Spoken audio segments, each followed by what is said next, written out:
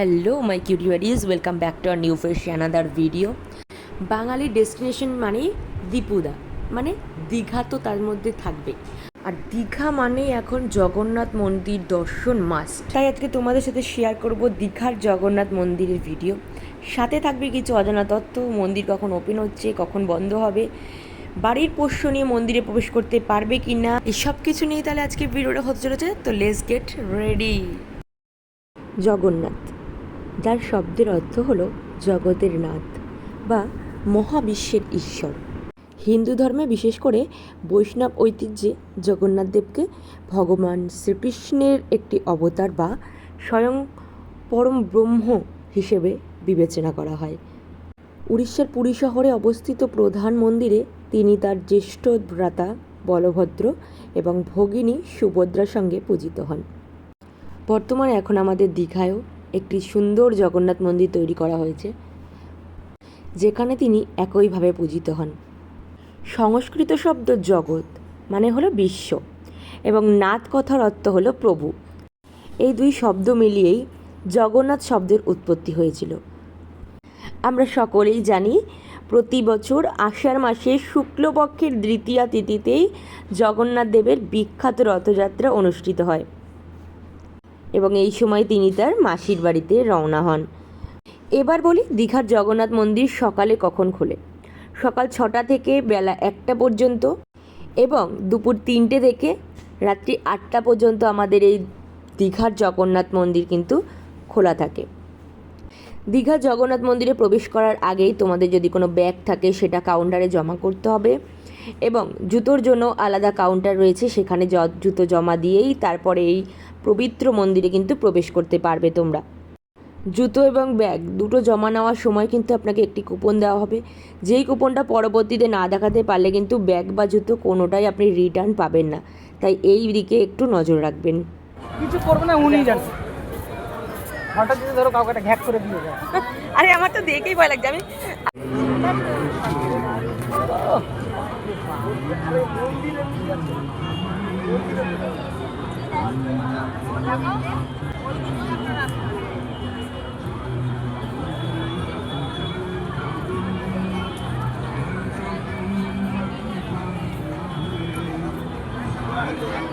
কি করো, ফোন করতে যাবে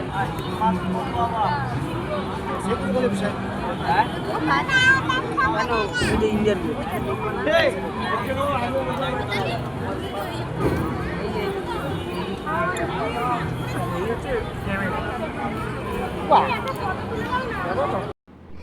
ফটো তোলার জন্য কিন্তু মন্দিরে আমি বলবো তোমরা বিকেলের দিক করে যেও, কারণ সূর্যের আলোটাও পড়বে আর বেশ ফটোগ্রাফিটাও ভালো উঠবে। এবার বলি তোমরা তোমাদের পোষ্য নিয়ে মন্দিরে প্রবেশ করতে পারবে কি না। না, পোষ্য নিয়ে কিন্তু মন্দিরে প্রবেশ করা অ্যালাউ নেই। তাই বলবো যদি তোমরা পোষ্য নিয়ে দীঘায় যেয়ে থাকো তাহলে অবশ্যই বাইরে কাউকে নিয়ে তাকে নিয়ে দাঁড়িয়ে থাকতে হবে। এটা আমি কিন্তু ওখানে গিয়েই একজনের দ্বারা জানতে পারি, তাই তোমাদের সাথে শেয়ার করলাম। মূল মন্দিরের পাশাপাশি এখানে নাট মন্দির, ভোগমণ্ডপ এবং জগমোহন নামে 4টি প্রধান অংশ রয়েছে। প্রতিদিন মন্দিরে কিন্তু হাজার হাজার ভক্তের জন্য বিনামূল্যে ভোগ এবং প্রসাদের ব্যবস্থা থাকে।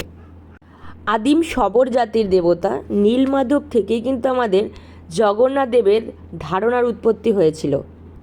জগন্নাথ দেবের জন্মদাত্রী মাতা কিন্তু দেবী দেবকী, কিন্তু পালিত মাতা হচ্ছে মাতা যশোদা এবং জগন্নাথ দেবের পিতা ছিলেন বসুদেব, কিন্তু পালিত পিতা ছিলেন নন্দ মহারাজ।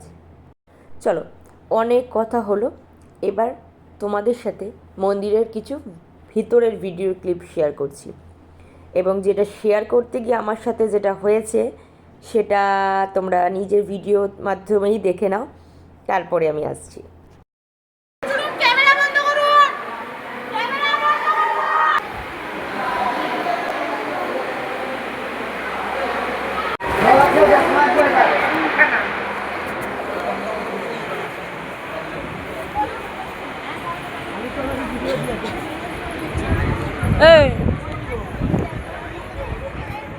এই দেখো কত সুন্দর। 5 মিনিট বন্ধ হবে। চলো চলো।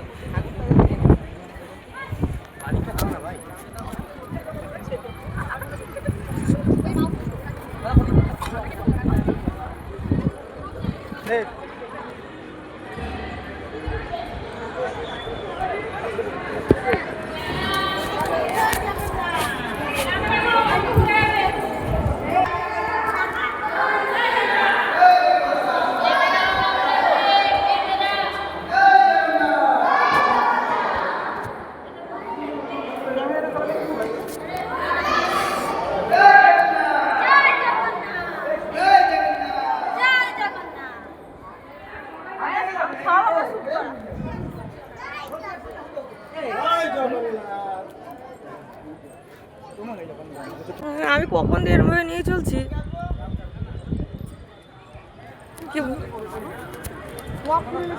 কেউ বুঝতে পারবে না।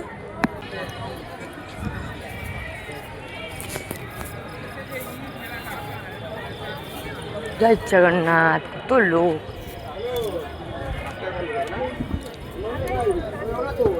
এইবার ঢুকতে পারবো না, না এখানে ফটো তুলতে পারবো?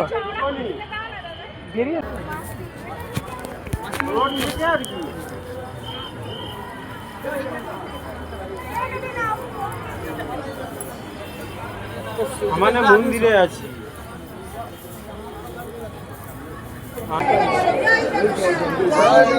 জয় জগন্নাথ।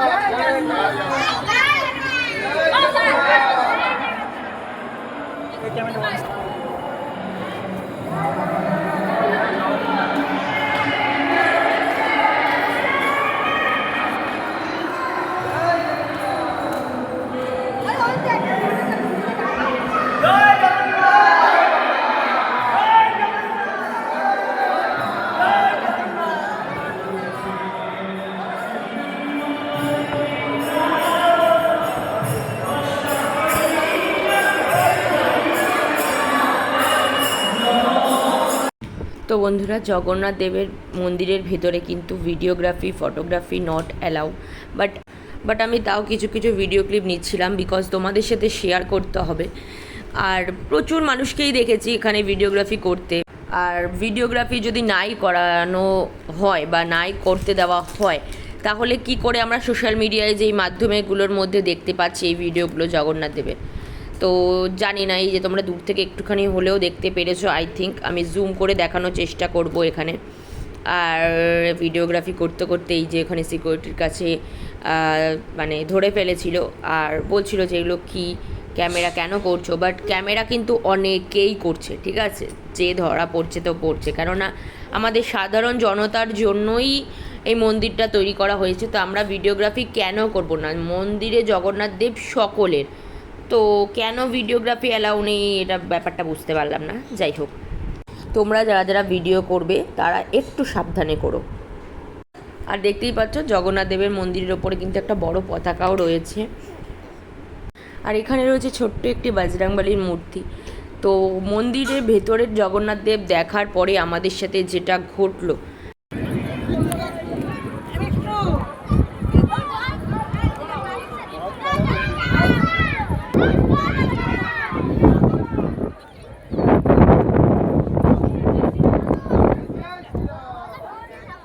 কথায় আছে না, সময় সাথ না দিলে বা সেদিন যদি তোমার দিনটা ভালো না থাকে তাহলে কিন্তু তুমি যাই করো না কেন তোমার কোনো কিছুতেই কোনো কিছু সাকসেস পাবে না।